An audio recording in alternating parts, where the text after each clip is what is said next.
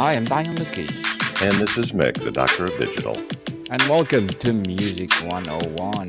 Music One is created to empower music itself and legendary icon in the music industry. Another episode, another interesting topic.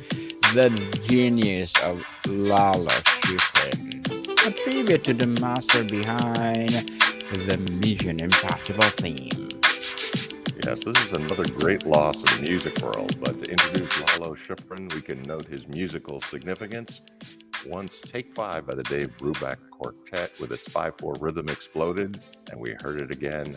And then its aftermath, 5/4 rhythm started showing up in commercial songs. You heard it everywhere from Jethro Tull's Living in the Past to Cream's White Room intro to Nick Drake's Riverman. So, what all does this have to do with Lalo Schifrin? Well, the Lalo Schifrin theme from Mission Impossible was part of this Brubeck inspired trend.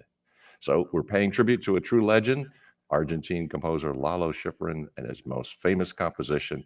In conclusion, the 1966 TV show introduced the theme. Mr. Lalo Schifrin, thank you so much for your legacy to the world. So, Mr. Meg, tell us, Schifrin's story is rich, isn't it? Did not he start in jazz? Yeah, when people hear the name Lalo Schifrin, they immediately think of that Mission Impossible theme. But Schifrin's story is so much richer than that one piece of music, incredible as it is. We're talking about a guy who started out as a serious jazz musician, collaborated with legends like Dizzy Gillespie, and then conquered Hollywood in a way that few composers ever have. Boris Claudio Schifrin, that was his real name, was born in Buenos Aires in 1932, and he got classical piano training from the get go. His parents sent him to study at the Paris Conservatory, which is about as serious a musical education gets. But when he came back to Argentina, he dove headfirst into the local jazz scene, and that's where things got really interesting. You have to understand this was the late 1950s, and jazz was evolving rapidly. Bebop had established itself, but musicians were looking for new directions. Gillespie, who was one of bebop's founding fathers, was actively searching for fresh sounds and perspectives. In conclusion, when he heard Schifrin, it was like finding the missing piece of a puzzle. Finding peace for the puzzle for sure. What made their collaboration so special, Mr. Meg? It was this perfect storm of musical cultures colliding in the best possible way. Schifrin brought his unique blend of European classical sophistication and Latin American rhythmic complexity that Gillespie had never encountered before. And we're not talking about the same surface level fusion here. Schifrin understood how to weave complex classical harmonies into the spontaneous energy of jazz performance without killing the improvisation that makes jazz, well, jazz. One of their biggest collaborations was Gillespiana, which showcased exactly what I'm talking about. Schifrin's arrangements demonstrated how European orchestral techniques could actually enhance rather than constrain the improvisational spirit. In conclusion, this was revolutionary stuff. You had these sophisticated harmonic progressions serving as launching pads for some of the most creative improvisation of the era. Mr. Meg, what made their collaboration so special? Well, this wasn't just a one off collaboration, right? No, this was a deep artistic partnership that lasted for years. Gillespie didn't just hire Schifrin as a pianist, he embraced him as a creative partner whose compositional vision helped expand what modern jazz could be. And the jazz community took notice. Schifrin started working with other legends like Carl Jader, the music of Count Basie, and each collaboration added new dimensions to his musical vocabulary. What's really important to understand is that these jazz years taught Schifrin the art of rhythmic innovation. Jazz demands constant rhythmic invention, right? You can't just phone it in. Schifrin became absolutely masterful at creating compelling grooves that could support both melodic improvisation and dramatic storytelling. In conclusion, that skill, the ability to create rhythm that tells a story, that's what made him so incredibly effective when he later moved to film scoring. And this was not just one collaboration, right? They kept going, and this rhythmic innovation sounds like it was preparation and crucial for his Hollywood career because absolutely crucial. In jazz, you have to think orchestrally while maintaining the essential swing and spontaneity. You learn to collaborate, to listen, to respond in real time to what other musicians are doing. All these skills translated perfectly to film work where you're serving a story, but you still need to create music that works on its own terms. By the time Schifrin was ready to make the transition to Hollywood, he wasn't just another composer looking for work. He was a creative force whose compositional vision had already proven itself capable of expanding the boundaries of what music could do. In conclusion, that jazz foundation gave him the rhythmic sophistication, harmonic adventurousness, and collaborative spirit that would define his entire career. Mr. Meg, that rhythmic innovation sounds like it's so crucial preparation for his Hollywood career. Sure. So we can ask that question. So when he made it move to Hollywood, how did the industry receive him? Well, the timing was absolutely perfect. This was the 1960s, and Hollywood was going through a massive transition. The old studio system was crumbling, and with it went those traditional orchestral scores that had dominated film music for decades. Young directors were making revolutionary films, and they needed music that matched their revolutionary spirit. Schifrin's jazz background made him exactly what the industry was looking for. His breakthrough came with the greatest American movie ever made, in my humble opinion, that is. That's Cool Hand Luke in 1967, which earned him his first Academy Award nomination. Now, this was a tricky assignment. You've got Paul Newman playing this rebellious character in a prison setting, and you need music that captures both his spirit and the oppressive atmosphere. Lesser composers might have gone for something obvious, but Schifrin's solution was brilliant in its subtlety.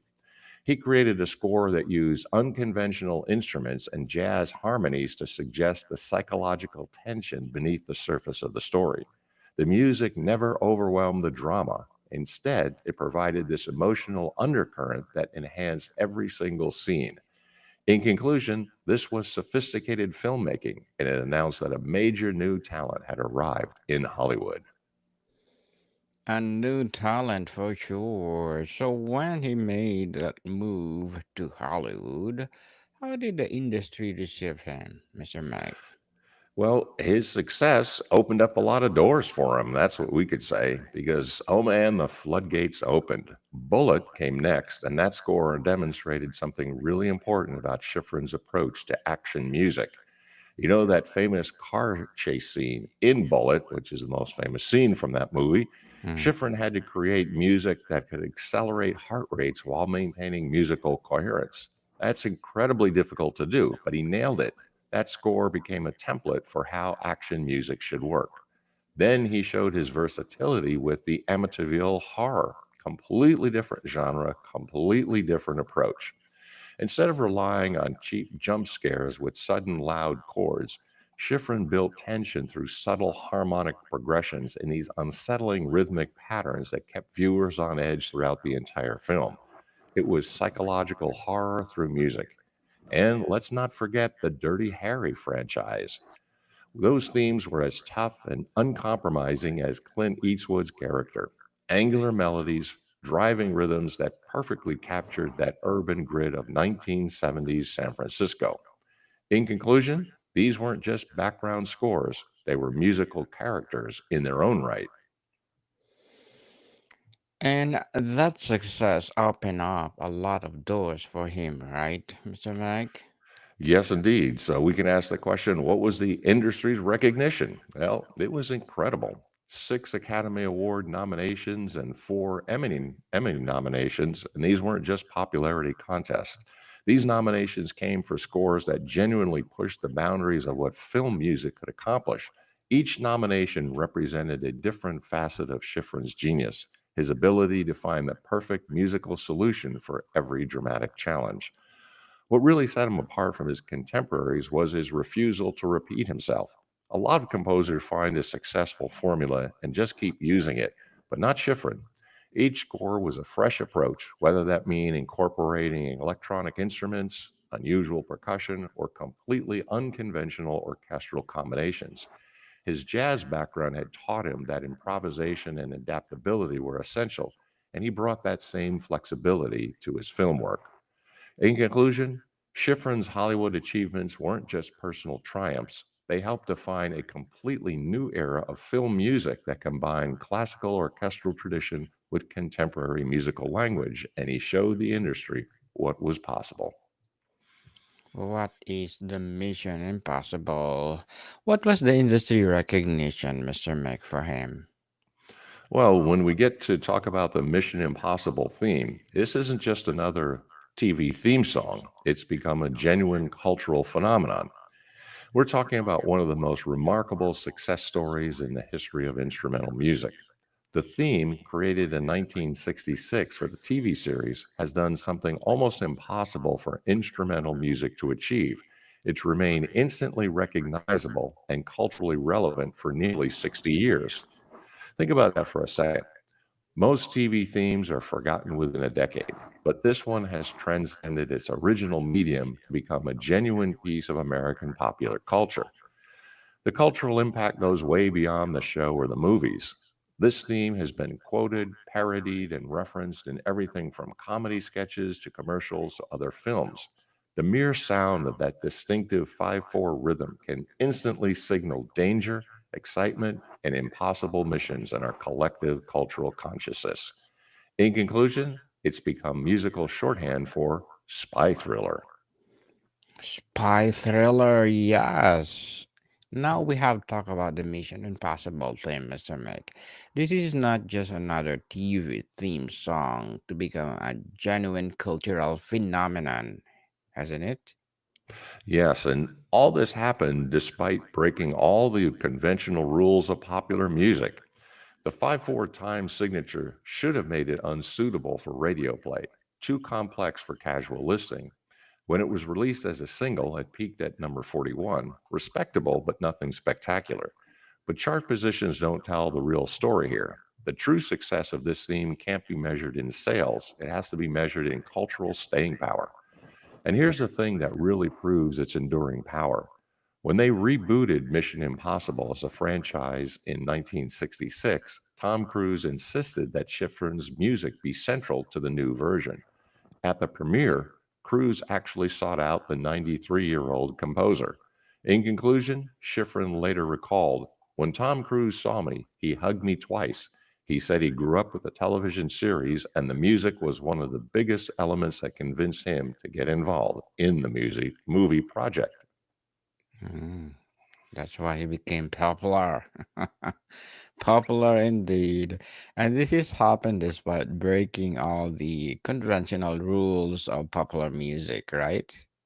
Yes, that's an incredible testament to the theme's lasting impact. And it demonstrates something unique about this piece of music. It had become inseparable from the music Mission Impossible brand itself. Every new Mission Impossible film finds fresh ways to incorporate the classic theme, treating it not as some relic from the past, but as an essential element that connects each new adventure to the franchise's legacy. Well, let's not forget Schifrin's other contributions to what we might call heroic theme song tradition. His work on various TV shows and films helped establish the template for what action music should sound like. In conclusion, his influence can be heard in countless subsequent scores that borrowed his approach to rhythm, orchestration, and dramatic timing. And Mr. Mick, that's an incredible testament to the theme's lasting impact. Sure. So we can say that there's something special about heroic theme songs, isn't there? And there absolutely is. It connects to something much older than Hollywood. Think about the great epic literature: Gilgamesh, the Iliad, the Odyssey. These are all, in their own way, songs of heroes, and they've survived for thousands of years. Hollywood can't match that lineage, but their heroic theme songs have grown with their own remarkable durability. Consider the James Bond theme from 1962. It's still propelling that franchise forward more than 60 years later. Indiana Jones, Harry Potter, these heroes need their special songs, and audiences would absolutely refuse to accept brand extensions without them. And in this case, what's really striking is that these songs often prove more enduring than the actors, plots, directors, or even the settings. The music becomes the through line that connects different eras of the franchise. The staying power of Schifrin's Mission Impossible theme perfectly demonstrates this principle. It has a cross generational appeal that's already been tested. When that first Mission Impossible film premiered in 1996, most of the younger Hollywood crowd didn't recognize the elderly composer, but Tom Cruise absolutely did.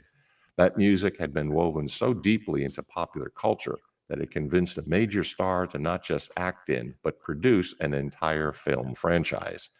In conclusion, Schifrin's most famous compositions have achieved this rare cultural status that transcends their original purpose, becoming integral parts of our popular cultural landscape and proving the enduring power of great instrumental music to capture the collective imagination. Mr. Mink, there's something special about heroic theme songs, isn't there? Yes, and so now when we consider the question of the story of how he actually created the Mission Impossible theme, which is really fascinating, there's this whole Morse code connection that most people don't know about. This is one of the favored stories in all of music history because it perfectly illustrates how a truly creative mind can find inspiration in the most unexpected places. So Schifrin gets the assignment to write music for Mission Impossible, right? But he's working with almost no information, no footage to watch, no scripts to read, just the simple instruction to write something exciting that would work with opening credits featuring the lighting of a bomb's fuse. Now, most composers would have turned to musical precedents, maybe looked at what other action themes were doing. Schifrin's first attempt actually followed that conventional wisdom. He created a theme in standard march rhythm, but the producers rejected it. In conclusion, time was running out, the show needed music, and Schifrin had to completely rethink his approach. And he did it for sure. And Mr. Mink, now that the story had actually created the Mission Impossible theme is fascinating, isn't it? There, this whole Morse code connection, the most people don't know about. And that's when the breakthrough happened because the producers rejected the first attempt. And instead of looking to other music for inspiration, Schifrin looked at the show's title itself. He decided to translate the initials MI, Mission Impossible, into Morse code. In Morse code, M is two dashes, I is two dots. So you get dash dash, dot dot, or in the symbols of the Morse code. And here comes the genius part. Schifrin assigned a beat and a half to each dash and became a single beat to each dot. When you add that up, you get a 5 beat pattern that became the foundation of the theme's memorable vamp. In conclusion, it's this perfect marriage of conceptual cleverness and musical effectiveness. Perfect marriage indeed, for sure. And what's when the breakthrough happened, Mr. Mink? This is a breakthrough, and then initially it was kept secret. For years, people assumed he was just borrowing from Dave Brubeck's Take Five, which had popularized 5/4 time in jazz earlier. Schifrin himself acknowledged the connection when he finally revealed the Morse code secret. He told interviewer Mark Myers, I suppose the Dave Brubeck's quartet's Take Five was in my heart, but the 5/4 tempo just came naturally. It's forceful, and the listener never feels comfortable. And that's the key insight right there, that sense of being off balance. In conclusion, unlike the comfortable swing of 4/4 time, the 5 beat pattern keeps listeners slightly on edge, creating this sense of urgency and danger that perfectly match the show's dramatic content. So, Mr. Mick, that's when the breakthrough happened. And this is what initially kept secret, wasn't it? It was secret, and when we consider that question, how long did it actually take him to compose this iconic theme? This is the mind blowing part. Approximately 90 seconds. 90 seconds. And he composed it sitting at his desk, not at the piano. But this wasn't carelessness. This was a result of years of experience and a completely clear creative vision. His jazz background had trained him to think quickly and trust his musical instincts. The orchestration was equally brilliant. That distinctive bongo part played by Emil Richards added percussive drive that emphasized the unusual rhythmic structure. And in conclusion, that unexpected flute solo, probably performed by jazz legend Bud Shank, provided this melodic counterpoint that softened the theme's aggressive edge while maintaining its sense of mystery. And how long did actually take him to compose this iconic theme? Well, it was at 90 seconds, and we can consider Schifrin's broader compositional style. How did this innovative approach apply to his other work? Well, Schifrin's style reflected his unique position between the jazz and classical worlds in this really sophisticated way. His film scores consistently demonstrated harmonic complexity that went way beyond typical Hollywood orchestration. He incorporated jazz harmonies, unusual instrumental combinations, and rhythmic complexity that elevated the dramatic impact of every scene he scored. His approach to orchestration was particularly innovative. Instead of relying on standard orchestral sections, Schiff would throw in jazz instruments, electronic elements, and other ethnic percussion to create these completely new sonic textures. He understood that film music has to serve the story, but it also needs to maintain its own musical logic and interest. What made him special was that he treated each project as a completely fresh creative challenge. Rather than developing one successful formula and repeating it, which frankly most film composers do, Schifrin approached every score as an opportunity for exploration and innovation. That's why his catalog is so diverse and why his major scores sound distinctly different from the others.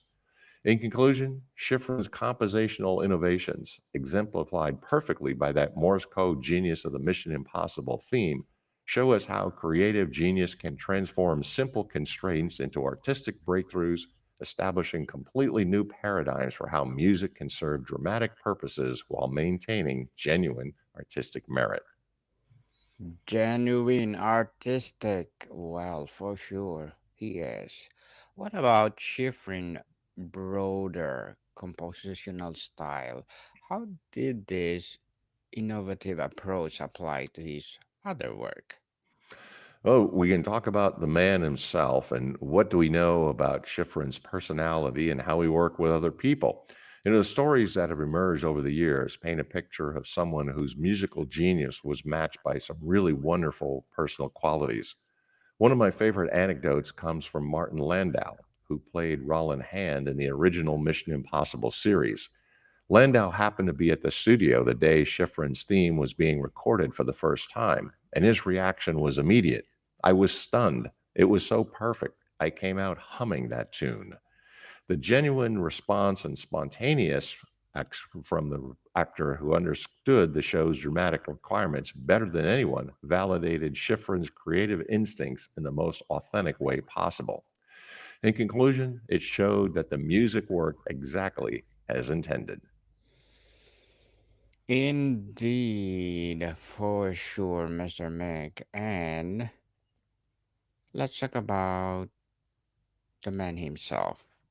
What do we know about Schifrin's personality and how he worked with the other people? Sure. When he talk about his working relationships with other musicians, his collaboration with Dizzy Gillespie really tells you everything you need to know about Schifrin's character. Gillespie had incredibly high standards and didn't suffer fools gladly. But he didn't just hire Schifrin, he embraced him as a creative partner. Their relationship was marked by this mutual respect and shared excitement about pushing musical boundaries. Emil Richards, the percussionist who played those distinctive bongos on the Mission Impossible theme, often talked about how Schifrin could communicate his musical vision clearly while remaining completely open to creative contributions from his collaborators. That balance between artistic leadership and collaborative openness, that's rare. He created recording sessions that were both productive and genuinely enjoyable. Musicians consistently commented on Schifrin's perfectionism, tempered by his warmth and humor. He demanded excellence from everyone, including himself and all those around him, but he created an atmosphere where creative risk taking was encouraged rather than feared. In conclusion, That balance between high standards and emotional generosity, that's what produced some of the most memorable music in jazz and film history. And how about his working relationship with the other musicians, Mr. Mike? Sure, we can consider that question of his influence on other composers, and it was absolutely massive. His success in bridging jazz and film music inspired countless musicians to explore similar cross genre adventures. Contemporary film composers regularly cite Schifrin as an influence, particularly his ability to incorporate jazz elements into orchestral writing without compromising either tradition. His collaboration with Astor Piazzolla, the legendary tango innovator, showed another side of his artistic character. Piazzolla found in Schifrin a kindred spirit who understood that great music emerges from the creative tension between respecting tradition and having the courage to innovate. But perhaps the most telling story about Schifrin's character comes from that 1996 Mission Impossible premiere. Despite being the creator of one of the most recognizable themes in entertainment history, he remained completely unassuming about his achievement. When Tom Cruise sought him out and embraced him, crediting the music as a major factor in his decision to produce the film, that showed how Schifrin's work had become woven into the cultural fabric, but also how gracious and humble the man himself remained. In conclusion, the personal stories and testimonials reveal an artist whose technical brilliance was matched by personal qualities that fostered creativity, collaboration, and lasting influence across multiple generations and genres. Mr. Mike, what was the influence on other composers? We can think about that as we begin to wrap up. We can think about Schifrin's lasting legacy and what that will be. I think we're looking at one of the rare artists who achieved what I'd call functional immortality. Schifrin's passing marked the end of an era, but his music, particularly that Mission Impossible theme, has transcended its original context to achieve genuine immortality. The continued relevance of his work across nearly 6 decades isn't just nostalgia or clever marketing. It reflects something fundamental about how compositions tap into basic human psychology. That 5/4 rhythm creates this sense of controlled instability that perfectly captures the feeling of being on the edge of action, while the melodic content provides enough memorable material to stick in our minds indefinitely. And this puts them in pretty rare company. We're talking about music that continues to serve its original dramatic function while existing as independent art worthy of attention and admiration. Think Beethoven's Eroica Symphony or Wagner's Ride of the Valkyries.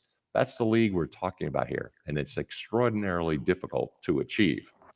Schifrin's influence extends far beyond his specific compositions to encompass a whole philosophy of how music can serve dramatic purposes. His demonstration that contemporary musical languages, particularly jazz, can be successfully integrated into mainstream entertainment opened doors for countless composers who followed. He has also a broader impact on American popular culture. This is huge. In America, there's traditionally been this seemingly unbridgeable divide between serious music and entertainment music. Schifrin proved it was possible to create music that satisfied both artistic and commercial requirements without compromising either. His success provided a template for how classically trained compositions could engage with popular culture while maintaining complete artistic integrity. Schifrin's legacy includes his demonstration that instrumental music can achieve mainstream cultural significance in an era increasingly dominated by vocal music. His success proved that audiences hunger for sophisticated instrumental compositions when they're presented with genuine conviction and skill. Perhaps most importantly, Schifrin showed us that great art emerges from the creative collision of different traditions rather than their isolation. His Argentine background, combined with a deep immersion in American jazz and Hollywood film music, created a perspective that resonated with audiences worldwide. I keep coming back to that 90-second creation story. Here's a man under deadline pressure, his first idea rejected, sitting at a desk, not even a piano, and in a minute and a half, he creates something that will outlast us, all of us. That's not just talent, that's genius meeting preparation, meeting opportunity in the most perfect way possible. Schifrin's understood something profound about the relationship between constraint and creativity. Given unlimited time and resources, he might have created something technically impressive but forgettable. But faced with tight deadlines and minimal information, he found a solution that was both conceptually brilliant and musically perfect. That's the mark of a true master. In conclusion, until next time, keep listening and keep discovering the stories behind the music you love. Yes, indeed. And Mr. Lalo Schifrin, thank you so much for your legacy to the world. Indeed, the genius of Lalo Schifrin lies not merely in his ability to compose a catchy tune, but in his unparalleled gift of sonic alchemy, transforming a simple musical idea into incredible cultural nerve agent. And Mr. Mick, would you like to plug in something? Sure, I appreciate the opportunity. Connect on me with LinkedIn, write the book, grow the business. GMIC, the Dr. Digital Smith, PhD on LinkedIn. Also listen to the Dr. Digital podcast, couple volumes out on Amazon, Burning America and On Track, Ian Hunter. Yes, people, let's support Mr. Mick, the Doctor of Digital, the podcast itself, the books, and of course, the business itself.